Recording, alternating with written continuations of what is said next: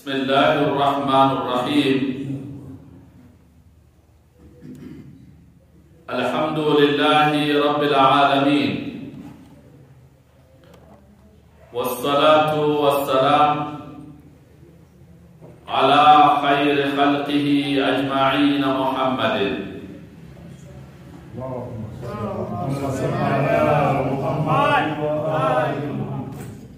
وعلى أهل بيته الطيبين الطاهرين المعصومين المكرمين، وبعد.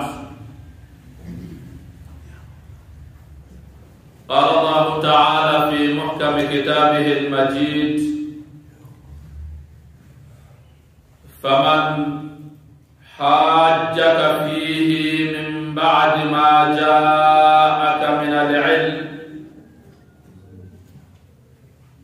فقل تعالوا ندعو أبناءنا وأبناءكم ونساءنا ونساءكم وأنفسنا وأنفسكم ثم نبتهل فنجعل لعنة الله على الكاذبين. آمنا بالله، صدق الله العلي العظيم. Ndugu zangu wapendwa wa Kiislamu, assalamu alaikum wa rahmatullahi wa barakatuh. Wa alaikum salam wa rahmatullahi wa barakatuh. Napenda kuwahusieni na kuihusia nafsi yangu juu ya swala zima la kumcha Mwenyezi Mungu Subhanahu wa Ta'ala na kufuata maamrisho yake yote na kuachana na vile alivyotukataza Mwenyezi Mungu Subhanahu wa Ta'ala. Pia nawahusieni na kuihusia nafsi yangu juu ya kushikamana na mwenendo mzuri wa mbora wa viumbe, mwalimu wetu na mwombezi wetu siku ya Kiyama, mtume wetu Muhammadun sallallahu alayhi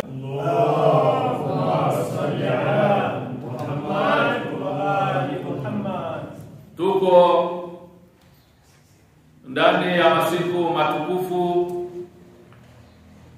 katika mwezi huu mtukufu, mwezi wa Dhulhijja, na tukiendea kumaliza mwezi huu, na panapo majaliwa ya Mwenyezi Mungu hatuna muda mrefu tunaingia katika mwaka mpya ndani ya mwezi mtukufu wa Muharram al-Haram. Tumwombe Mwenyezi Mungu atupe afya njema na umri tuweze kumaliza mwaka na tuingie katika mwaka mpya tunaoanza tukiwa na huzuni ya mauaji yaliyotokea katika ardhi ya Karbala, insha Allah. Munasaba tuliokuwa nao ni munasaba mkubwa, ni tukio kubwa la kihistoria, na si tu historia, ni tukio la kihistoria, lakini ni tukio la maisha ya mwanadamu ya kila siku, na ni maisha ya Waislamu, na hasa pia ni maisha ya wafuasi wa Ahl Bait Rasulillah sallallahu alayhi wa alihi wasallam.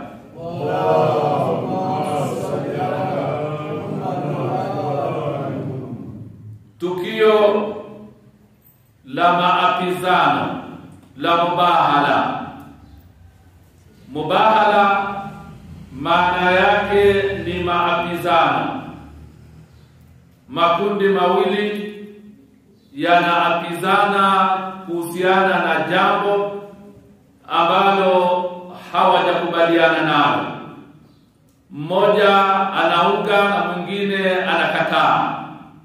Kwa hiyo inafika ili tujue nani ni mkweli katika jambo hili, twendeni tukaapizane kwa Mwenyezi Mungu Subhanahu wa Ta'ala ili atupe hukumu ya wazi, hukumu ya vitendo na yenye kuonekana ya nani yuko sahihi katika jambo hili na nani hayuko sahihi katika jambo hili.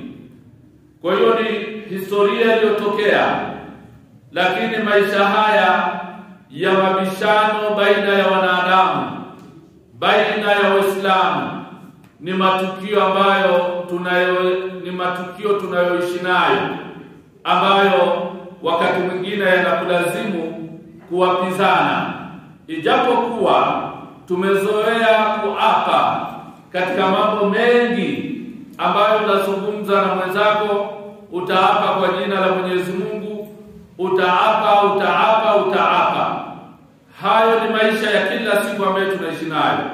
Lakini kuna tukio kama hili na maamuzi makubwa kama haya ya kuwapizana, ambayo ni tukio rasmi kabisa, sio viapo vile ambavyo tumevizoea katika midomo yetu.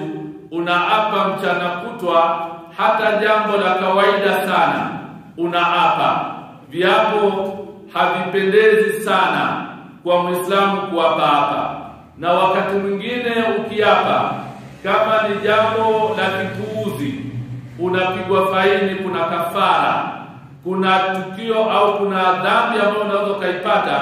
Kuifuta kwake unatakiwa ufanye jambo fulani la istighfar au kafara kwa ajili ya kiapo la jambo la kipuuzi ambalo umelifanya wewe. Kwa hiyo kiapo sio jambo la kawaida, ni jambo kubwa mno. Kwa hiyo katika historia hii Bwana Mtume Muhammadun sallallahu alayhi wa alihi wasallam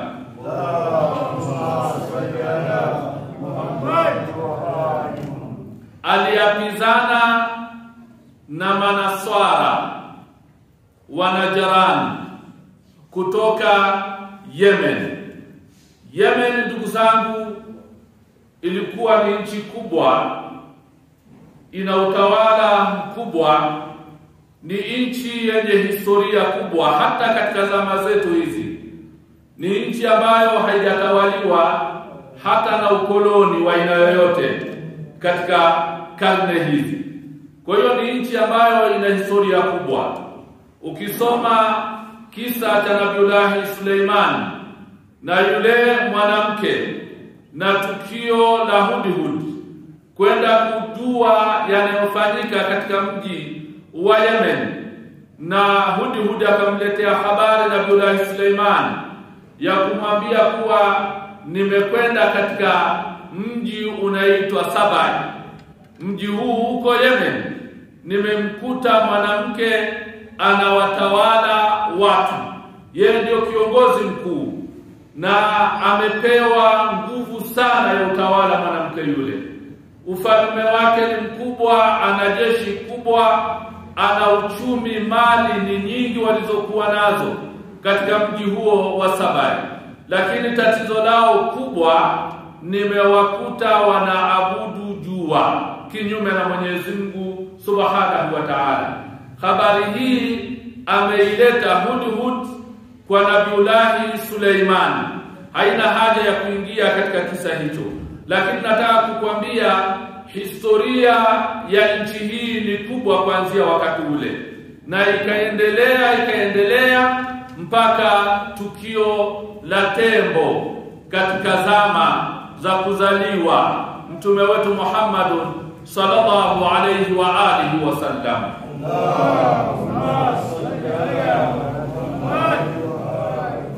Na tunafahamu Mungu akateremsha sura alam tara kaifa fa'ala rabbuka bi ashabil alfil.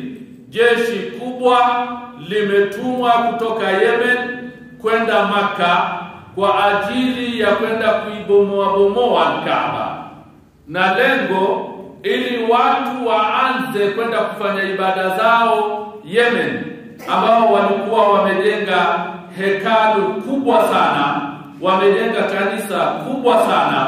Kwa hiyo wanataka binadamu, Waislamu au Wakristo au Manaswara, badala ya kwenda Maka kuwa ni mji wa ibada, ni mji wa kibiashara, ni mji wa kijamii.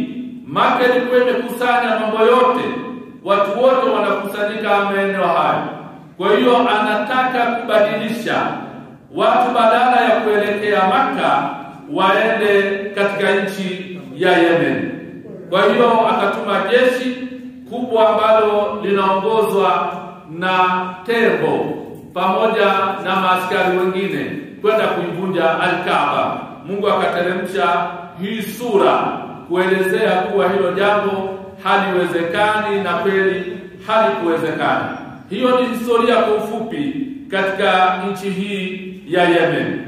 Kwa hiyo tukio hili la mapizano, la mubahala, lilitokea baada ya Bwana Mtume sallallahu alayhi wa alihi wasallam kuikomboa Makka.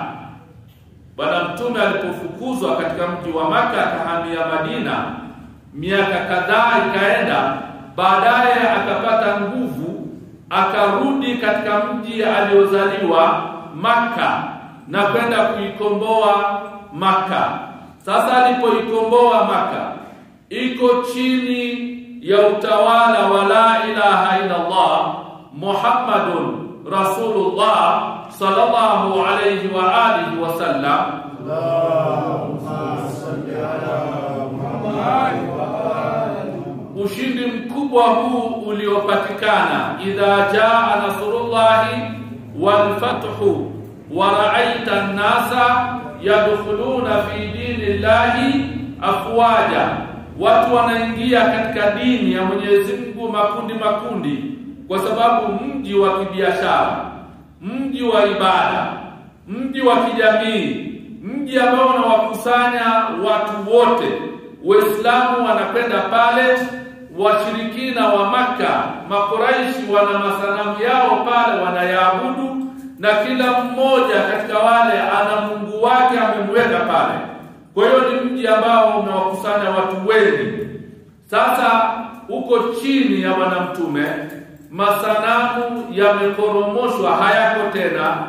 Kinachotamkwa katika maeneo hayo ni tauhidi ya kumpwekesha Mwenyezi Mungu Subhanahu wa Ta'ala na kumtaja Bwana Mtume sallallahu alayhi wa alihi wasallam. Hadithi hii ilienea sana, ni hadithi iliyowashtusha wengi.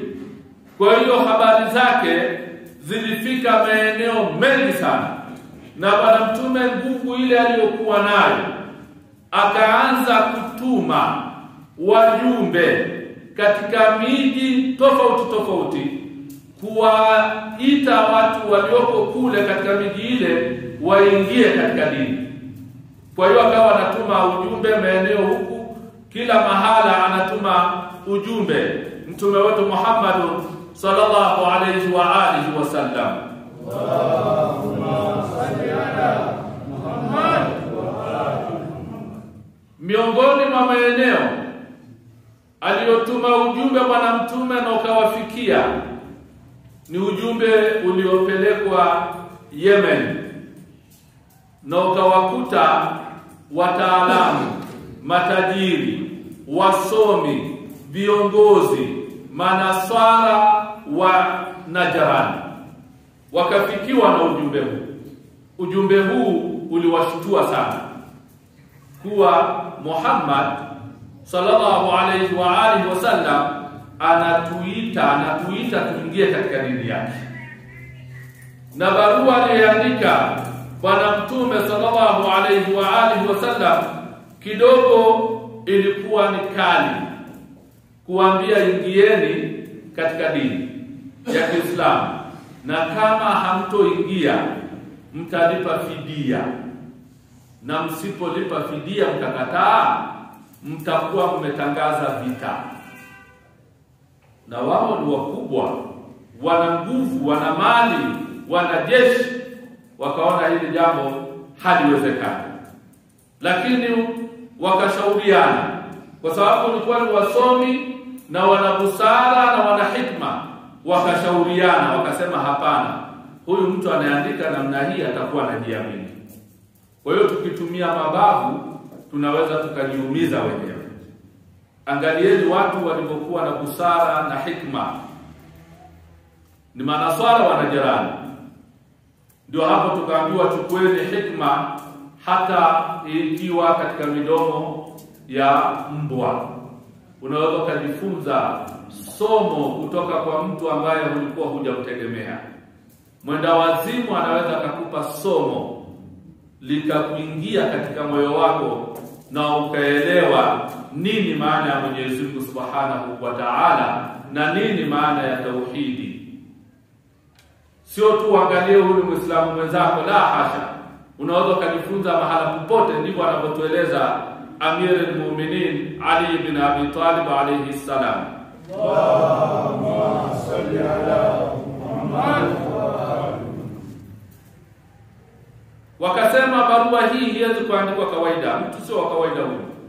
Kwa hiyo wakajadiliana, wakakubaliana kuwa ametuandikia barua.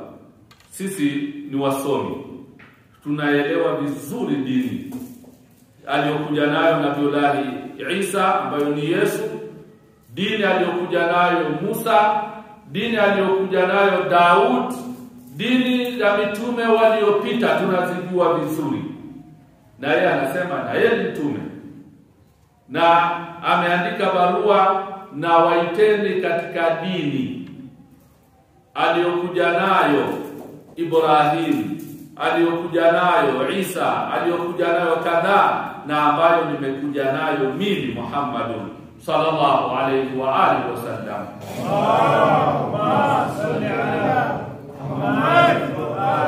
Sasa ikiwa amewataja hawa manabii ambayo na sisi tuna elimu zao, badala ya kutangaza vita au kukubali kutoa fidia, twendeni tukazungumze naye, tumpe maswali, tufanye mjadala na yeye, na bila shaka tutamshinda. Wakakubaliana hivyo. Sasa kundi likachaguana, wale wasomi na wakubwa wao wote wa nchi nzima ya Najran. Historia inatuambia walikuwa 33 wakubwa wasomi katika nchi. Wengine wanasema walikuwa 40 na wengine wanasema walikuwa ni 60. Kuna 33, kuna 40 na kuna 60. Ni kundi kubwa mno la wasomi katika zama zile, ambao watu sio wengi kama ambavyo sasa hivi. Hata kama ni kwetu pia wakitoka wasomi 30, 40 au 60 wasomi wa kimadhehebu ya Ahlulbayt alayhi salam katika nchi yetu, wasomi pia watakuwa ni wengi. Je, katika zama hizo ilina maana walitoka karibia wote wakubwa wao. Wakaenda mpaka katika mji wa Madina wakiwa wamevaa mavazi yao vizuri, wamejipanga na wana vitabu vyao na kila kitu. Yaani wameenda kabisa kama wanaenda kutoa mahubiri. Wakamkuta bwana mtume Muhammadun sallallahu alayhi wa alihi wasallam. Alipowaona na masahaba pia wamewaona, masahaba wakawa wanawalazimisha wale watoe vile walivyovivaa, sababu walikuwa wamevaa misalaba mikubwa na mapambo yale na makofia, kila kitu. Watizame namna ilivyo. Wakawa wanataka wavuliwe. Bwana mtume akawaambia waacheni waje hivyo hivyo waje. Ndio dini yao wanataka. Tizama, la ikraha fi din. Hakuna kutumia mabavu katika dini. Hakuna kutumia nguvu katika dini. Dini inahitaji hoja. Dini inahitaji akili. Dini ni kusoma, ndio dini nataka.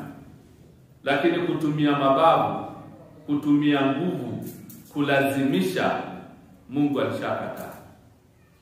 Na hata bwana mtume alishaambiwa lasta alaihim bimusaitir.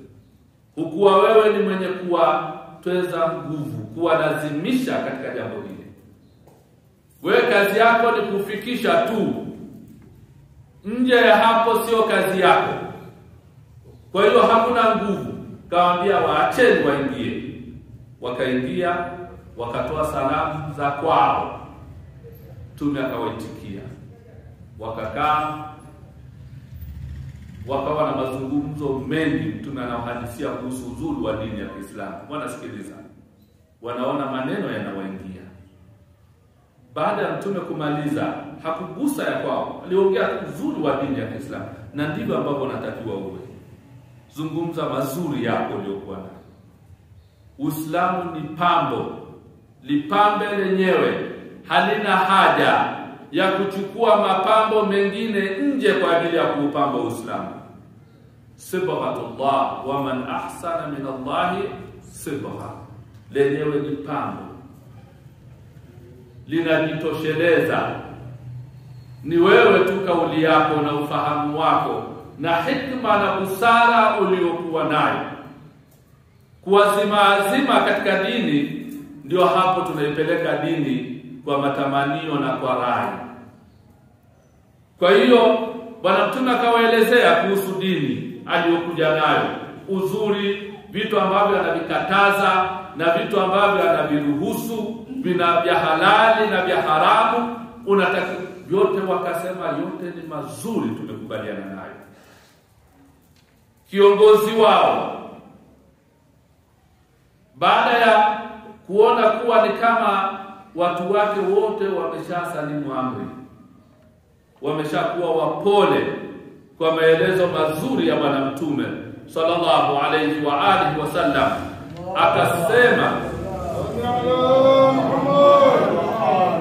akasema kiongozi wao ambaye anafahamika kwa jina la Abu Haritha, ambaye ndiye alikuwa mkubwa wa Manaswara.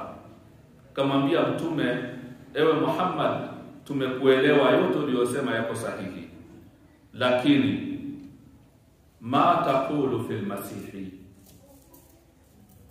kuhusiana na Isa bin Maryam, kuhusiana na Yesu, unasemaje kuhusu huyu? Yote uliyosema ni sawa, ni mazuri, kuhusu huyu unasemaje? Qala Rasulullah, Bwana Mtume akamjibu kumwambia, huwa Abdullah wa rasuluhu, huyo ni mja wa Mwenyezi Mungu na ni mtume wake. Abu Haritha akamwambia, yote tumekuelewa, umesema vizuri, lakini katika hili la, akasema ta'ala Allah amma qulta, Mungu yuko mbali na hayo uliyosema wewe. Mengine yote ya dini yako uliyosema ni sawa, lakini kuhusu mtume wetu huyu, Mungu yuko mbali na wewe katika hili. Si kweli. Sio mja wa Mwenyezi Mungu na sio mtume, kwa sababu itikadi yao ima Mungu au mtoto wa Mungu. Ndivyo itikadi ilivyo. Lakini kusema ni mja, ni binadamu na ni mtume ameletwa na Mungu, hilo hapana. Hapa mjadala ukawa ni mrefu. Wakaambiwa kwa sababu gani? Wakasema binadamu gani azaliwe bila ya kuwa na baba? Hilo unakubaliana nalo ewe Muhammad, kuwa Isa bin Maryam hana baba? Tumewaambia ndio. Sasa kama hana baba, tuambie binadamu gani mwingine yoyote aliyozaliwa pasina ya baba, ujauzito tu, na unakubaliana kuwa ilikuwa ni neno la Mwenyezi Mungu? Kasema ndio. Kwa hiyo huyu sio binadamu wa kawaida. Kabidi sasa unapoanza mwanzo wa aya hii, ndio Bwana Mtume anawasomea, inna mathala Isa inda Allah kamathali Adam khalaqahu min turabin thumma qala lahu kun fayakun. Alhaqqu min rabbika wala takun minal mumtarin faman hajjaka fihi min ba'di ma ja'aka. Mtakamsho aya ambayo nimeanza nayo kusoma, kuwa huyu Isa mnasema yeye ni kama vile Adam. Unashangaa huyo hana baba. Adam hana baba wala mama. Mfano wake ni huo tu. Kwa nini msishangae kwa Adam? Uje ushangae kwa huyu ambaye kwa uchache anaye nusu, anaye mama ni nusu tayari, anaye mmoja, lakini Adam hana baba wala mama. Mfano wake ni kama ule.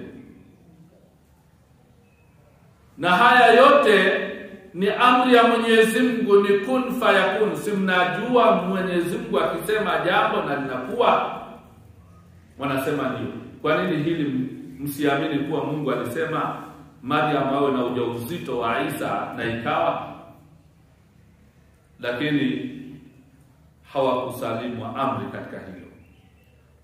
Mwisho wa yote ndikaja tukio. Kama kweli wewe unasema itikadi yako kama ni ya kweli, Isa ni kama vile Adam, tuwapizane tuone nani mkweli. Usije ukaona tudanganya tu hapo. Ndio naona swala la kuwapizana linapokuja dakika ya mwisho. So sisi mchana kutwa unaweza kaapa vyako vyote, hata kama mnabishana hii nyama imeiva au haijaiva, na unaitia mdomoni na mwenzako anaitia mdomoni, bado utamwambia wallahi imeiva. Wakati wote mnaitesti pale, mnaiona. Mara 1000 tunaapa vyako chungu mzima, vyako vya dharau, vya upuzi. Tumevizoea, lakini tujitahidi kupunguza viapo. Viapo ni vizito.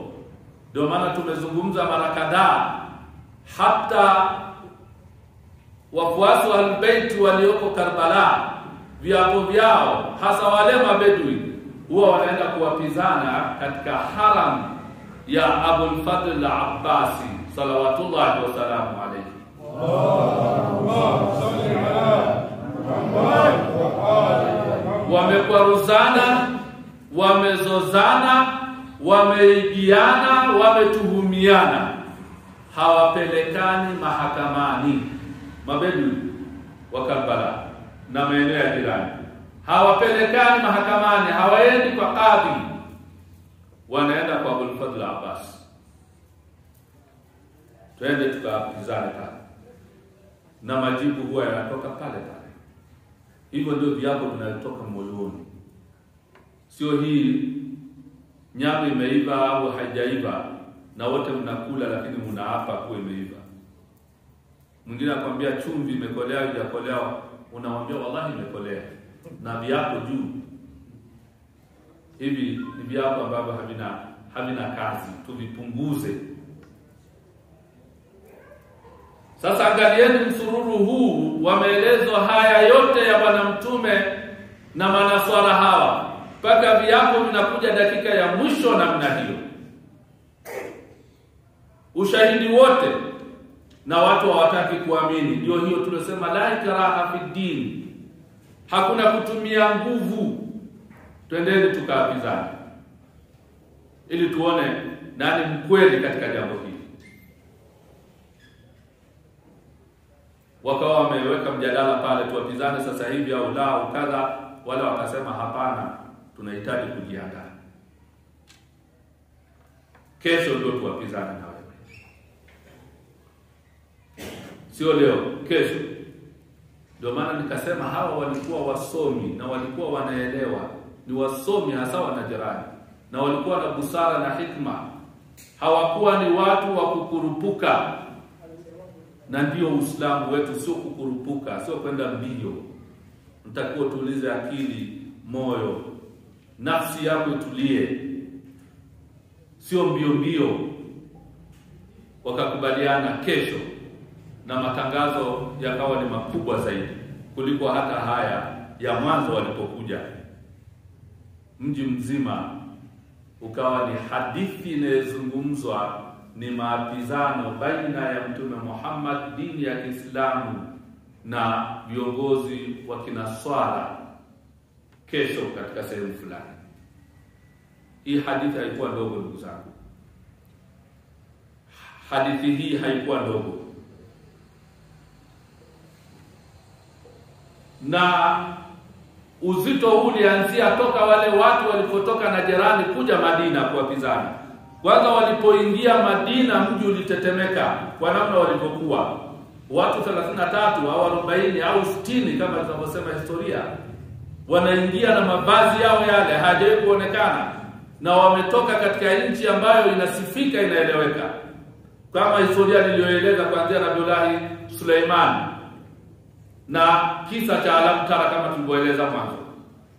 Kwa hiyo mji ulitetemeka, kila mtu anatamani kuwaona wakoje hawa watu. Na miji sio mikubwa, ni midogo. Sio hapo unaweza kuingilia mahala popote na watu wasikuone. Miji ile ilikuwa unaingia sehemu moja kila mtu anakuona. Sasa haikuwa ni jambo la kawaida. Kwa hiyo maapizano ni kesho. Watu walitoka sana nje kwenda kuangalia maapizano hayo. Na wale pia wakaenda wakajizatiti, wakakaa, wakaomba Mungu wao, wakavaa mavazi yao rasmi sasa na wao ya kikubwa na ya kifalme na ya kiutawala. Wamependeza. Pofika kesho, kabla ya kutoka kwao, kabla hawajatoka, ndio wakakubaliana kwanza tumsubiri huyu Muhammad sallallahu alayhi wa alihi wasallam atoke, tuone ametokaje yukoje. Kisa cha Mubahala ni kisa ambacho natakiwa, ni maisha haya, ni imani, ni akida haya maisha ya Mubahala. Na lau umma huu ungesafisha mioyo yao wakaishi maapizano ya aina hii, tukatumia hoja kama hizi, Uislamu ungeshika hatamu na madhhabu ya Ahlulbayt alayhi salam yangesikika na watu wangeelewa zaidi na zaidi. Salawatullahi wa salamu alayhim ajma'in. Allahumma salli ala Muhammad wa ali Muhammad. Kwa hiyo wakakubaliana hatutoki kwanza mpaka tuone huyu Muhammad ametokaje. Bwana kama anajiamini sana. Wakasubiria, wakawa wanachungulia, wanatuma mmoja anaangalia, watu wamejaa kuangalia kuona nani mkweli katika dini hii. Uislamu unasikika, nguvu yake ni kubwa, na mtume ndio hivi. Sasa walipochungulia wakamuona ametoka bwana mtume sallallahu alayhi wa alihi wasallam akiwa na familia yake, anaenda kuapizana. Na maapizano menyewe ni maapizano ya kuangamia. Umekubali, ni maapizano ya kuangamia. Mubahala si maapizano tu na hapa alafu unarudi nyumbani kwako unaenda kupumzika, unakula, unaendelea na maisha. La hasha, ni unaangamia. Tena maangamizi yenyewe unaangamizwa hata pale pale katika tukio. Sio maapizano ya watu wadogo, ni maapizano ya watu wakubwa. Ni maapizano ya muujiza. Ile ni muujiza. Si maapizano tu nasema wallahi alafu unaendelea na shughuli zako hata umeshasahau kiapo chako. Hapana, ni pale pale. Kama ni kudidimizwa, kuangamizwa, ni pale pale. Na kama ni kupotezwa kwa hiyo dini ambayo unaipigania wewe, inamalizwa pale pale. Kwa hiyo ni muujiza mkubwa katika tukio hili la Mubahala. Sasa wakamuona bwana mtume ametoka. Mavazi aliyovaa ni ya unyenyekevu sana, ni ya kizuhudi, ni ya kawaida mno. Alafu anatoka na watu wake wa karibu. Anatoka na Ali bin Abi Talib ambaye ndiye alishamtangaza ndio waziri wangu, ndio khalifa, ndio kadha. Halafu pembeni au nyuma yuko binti yake Fatima Zahra, Sayyidatun Nisa'il Alamin, salawatullahi wa salamu alayha. Allahumma salli ala Muhammad wa ali, ambayo ndio zawadi kubwa aliyokuwa nayo bwana mtume.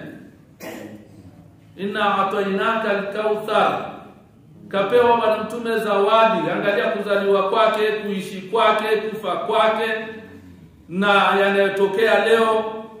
hapo kwenye kaburi lake, na siku ya kiyama kazi ya Fatima Zahra ni mwanamke mkubwa mno, mkubwa, huwezi kumlinganisha na chochote. Mungu anamwambia mtume, asingekuwa Fatima nisingekuumba we Ali wala we Muhammad. Si mwanamke wa kawaida, ni mkubwa mno. Huwezi, ni sirrul mustawda fiha, ni siri ambayo haijulikani. Leo mtume anatoka binti yake huyu ambaye anamtegemea, ambaye kupitia kwake ndio ahlul bait waendelee, anatoka naye anakuja kuwapizana ili angamize huyu binti. Wanatizama, wanaangalia. Halafu hapa mkashikilia katoto kadogo mzuri, anameremeta namna hii, Al-Hussein shahid, na hapa pembeni amemshikilia kaka yake Al-Hasan, sayyid shabab ya ahli janna. Hawa ni wa kuangamizwa. Wanajiuliza, Muhammad anatoka na hawa watu? Angekuwa ni muongo, angetoka na fulani na fulani katika masahaba ambaye hata wakiangamizwa kizazi chake kinabaki.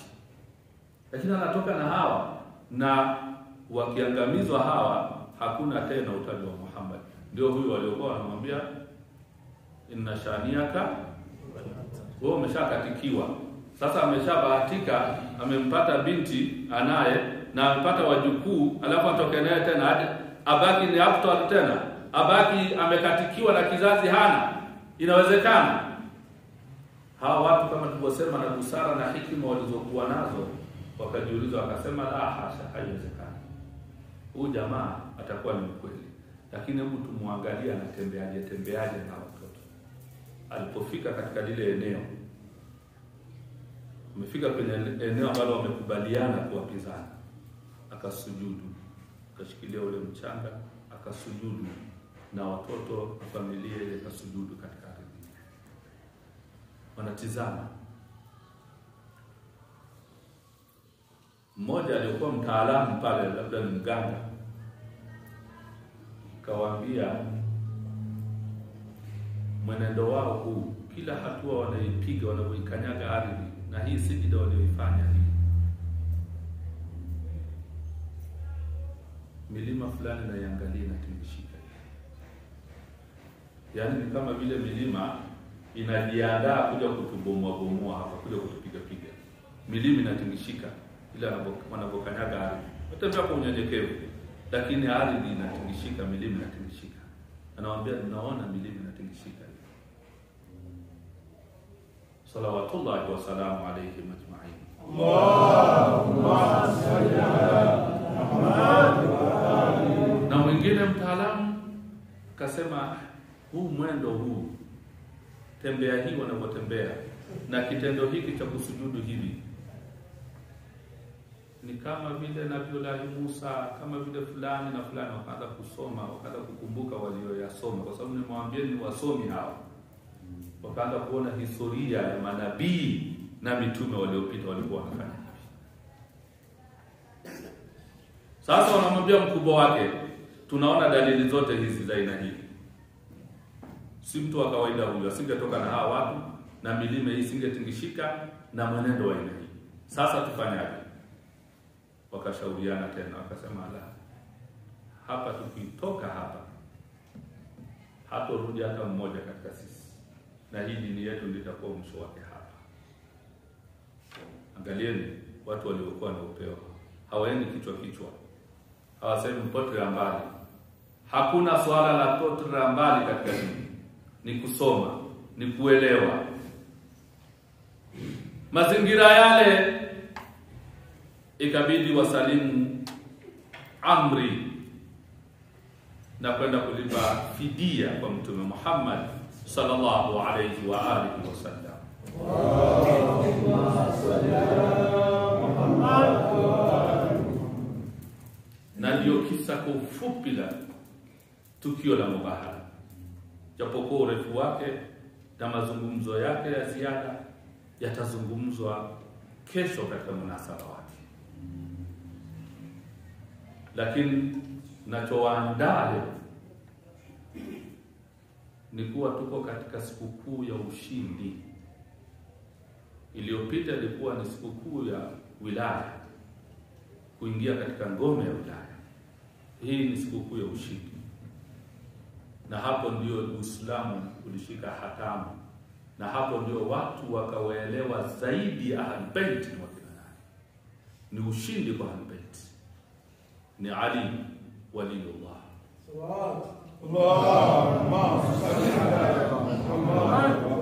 Ni Fatima Zahra bid'at Rasulillah, ni Hasan wal Husayn sayyid al-shabab ahli al-janna. Allahumma salli ala Muhammad. Hawa ni viongozi wetu, ndio taa yetu, ndio mwongozo wetu. Mnaibebaje mubahala? Mnaikumbatiaje mubahala? Mtaupokeaje? Mnaipokeaje mubahala? Mtaishangiliaje mubahala? Ikiwa tukio lile ndio limetufanya sisi leo tunajifaharisha kwa Ahlul Bait Rasulullah, tunasikia raha unapomtaja sahib al-asr wa zaman, unasikia raha japokuwa unalia unapokaa katika majalis ya wilada ya maasumin, unakaa katika majalis ya wafati wa maasumin, unakaa Karbala kumlilia Aba Abdullah al-Husayn, mnakaa kama ambavyo anatuombea Imam, atajilisuna watatahaddathuna rahimallahu man ahya amrana. Allahu akbar.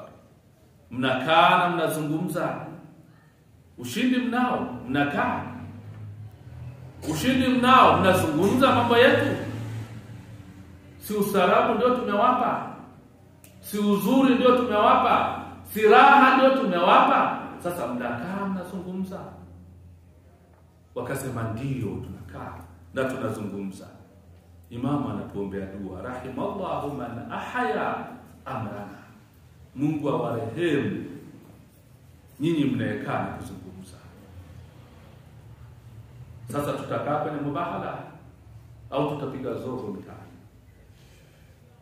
Tutajipamba katika mubahala au tutaona ni tukio la kawaida? Si tukio la kawaida. Ndio maana limetajwa ndani ya Qur'an maneno haya matukufu ya Mwenyezi Mungu. Kisa hiki kimebaki ili baki ni ufahari kwa Waislamu, ibaki ni ufahari kwa wapenzi hawa wa Ahlul Bait alayhimussalam. Utatokaje siku ya kesho, siku ya mubahala? Utatoka kama alivyotoka Bwana Mtume na Ali na Fatima na Hasani wal Hussein? Ina maana utatoka na familia yako, utatoka na watoto wako katika mubahala, au utatoka mwenyewe? Utatembea kama alivyotembea? Ndugu zangu, maasumina ni qudwa, ni uswa kwetu sisi, tuwaige. Toka na familia, vaa, jipambe, pendeza, usikae nyumbani katika tukio hili. Utamjibu nini? Mtume alitembea kaenda na familia yake, wewe utakaa nyumbani, unajifaharisha nini? Unajifaharishia jambo gani? Ufuasi wako wa Ahlul Bait utajinasibisha ukajisifu kuwa ni mfuasi wa Ahlul Bait kwa jambo lipi? Kwa sala, kwa kuweka turba, kwa kuachia mikono? La hasha, la hasha. Ni hii atajilisuna watatahaddathuna rahimallahu man ahya amrana. Ndio hili wanalotaka Ahlul Bait alayhimussalam.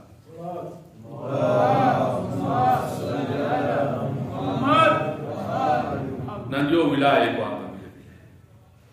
Hawa ndio viongozi wetu. Bila viongozi kuna sala ipi? Bila viongozi kuna turba gani?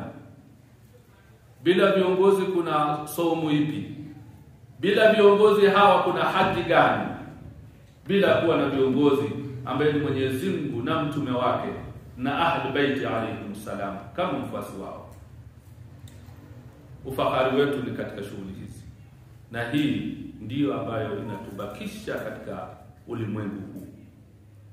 Na ndugu zangu, kwa munasaba huu wa mubahala wa dua na amali, na jana tulisema na naomba tena nikumbushe hapa,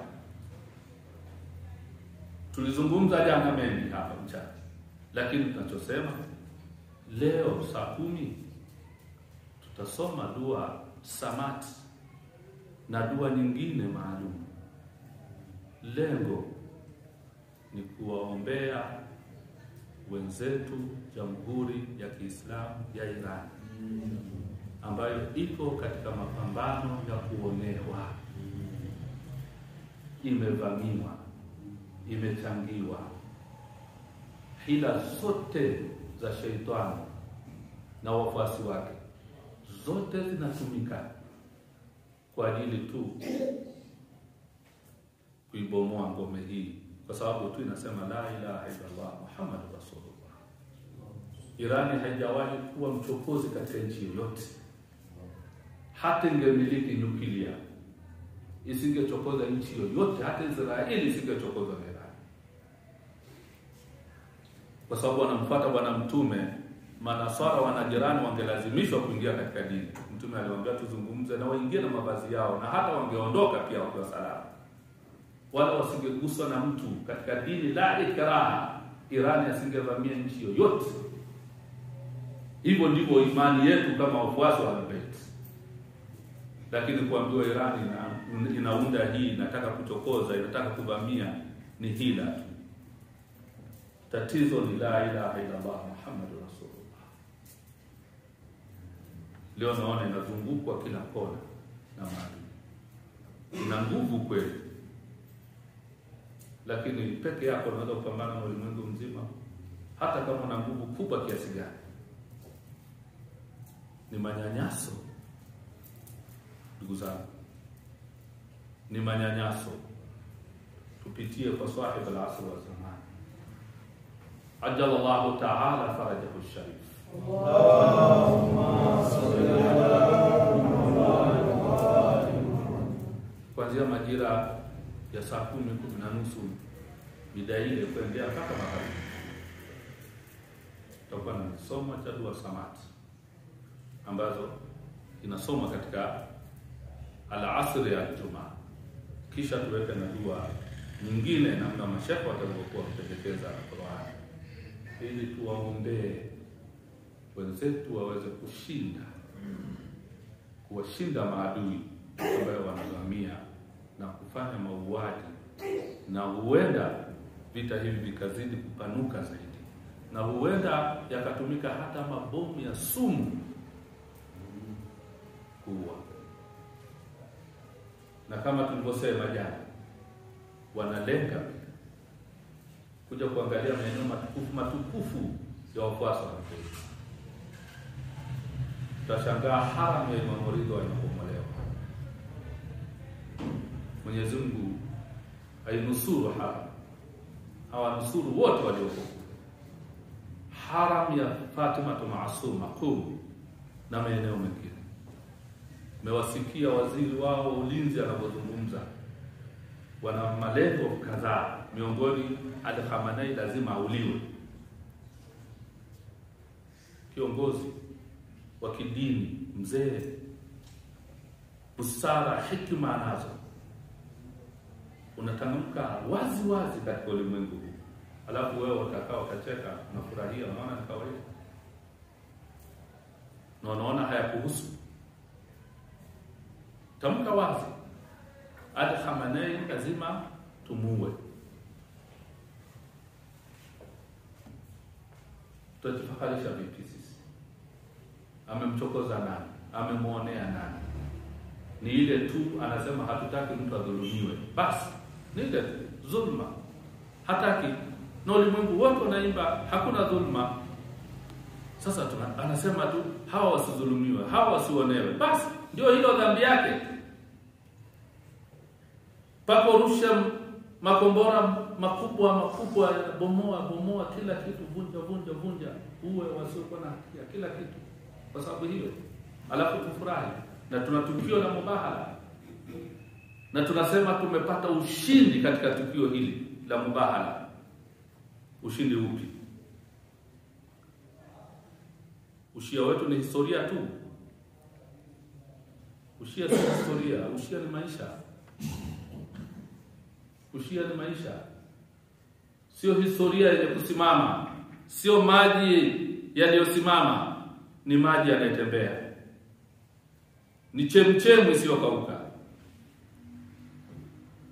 Niwaombe sana katika hili watakayekuwa na nafasi, na kama huna nafasi pia weka moyo wako katika kisomo kitakachosomwa.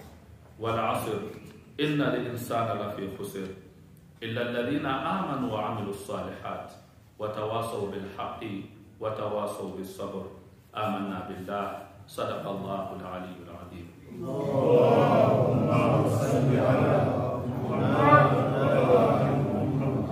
Allahumma salli ala Muhammad. Allahumma salli ala Muhammad. Bismillahir rahmanir rahim. Wa sallallahu ala Muhammadin wa ahli baitihi tayyibin at-tahirin. Allahumma salli ala Muhammad. Inshallah kesho ni siku ya mubahala kuanzia majira ya saa 5 watu wafike kwa ajili ya dua na amali na kuwaombea wote wanaodhulumiwa katika ulimwengu huu na hasa nchi ya Kiislamu ya Irani na uvamizi ambao unaendelea. Tuwaombee dua kama tutakavyoanza leo na kesho siku ya sherehe. Tufike saa 5 tuendelee na shughuli zetu za maombi za dua mpaka tutakaposwali, kisha majlisi ya mubahala baada ya salati dhuhuri kama ilivyo ada yetu. Kikubwa inshallah masiku haya vile vile tuzidishe kumsalia sana Bwana Mtume Muhammad sallallahu alayhi wa alihi. Allahumma salli ala Muhammad. Hii ni silaha kubwa sana ya kumsalia Bwana Mtume. Ni kinga kubwa sana ya kumsalia Bwana Mtume, hasa katika ulimwengu uliojaa mitihani, ulimwengu mzito, ulimwengu ambao haukufanyi machozi yakauke katika macho yako. Ni ulimwengu ambao saa zote unalia. Kama haujalia machozi ya kutoka katika macho yako, lakini moyo wako unatiririka machozi ya damu, kwa sababu hauna muda ambao unasikia raha katika ulimwengu huu. Ni kama vile tumeumbiwa taabu katika ulimwengu huu. Mungu hajatuumba kwa ajili ya kututesa. Mungu hajatuumba kwa ajili ya taabu tunaipitia. Mungu hajatuumba tulie namna hii. Kweli tumeambiwa tulie sana, lakini kwa maswaibu yaliyotokea wapi. Mungu hajatuumba tufanye hivyo. Ndugu zangu, hali ni tete katika ulimwengu. Unatembea hauna utulivu, hauna uhakika na unachokifanya na uendako, na hata ukilala pia hauna uhakika kuamka kwako. Maisha ni magumu mno. Urahisi wa maisha haya ni kumwegemea Mwenyezi Mungu na mtume wake na ahli baiti alayhim afdalus salatu wassalam. Allahumma salli ala Muhammad. Na kuyafanya yote haya, hakikisha ulimi wako saa zote hauachi kumsalia Bwana Mtume sallallahu alayhi wa alihi, na kufanya hivyo utakuwa umevaa vazi la kinga na ni silaha kubwa, na zaidi ya hapo utakuwa umetekeleza amri na maamrisho ya Mwenyezi Mungu alipotuambia ndani ya kitabu chake kitukufu, inna Allaha wa malaikatahu yusalluna ala nabi ya ayyuhalladhina amanu sallu alayhi wa sallimu taslima. Allahumma salli ala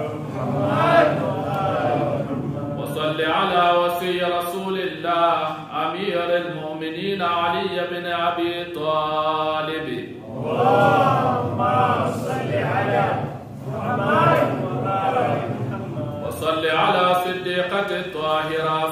فاطمة الزهراء سيدة النساء العالمين.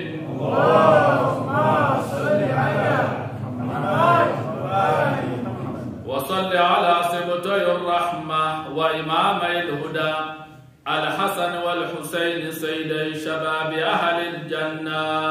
اللهم صل على محمد وآل محمد. وصل على أئمة المسلمين إمام زين العابدين وإمام محمد الباقر وإمام جعفر الصادق وإمام موسى الكاظم وإمام علي الرضوان وإمام محمد الجواد وإمام علي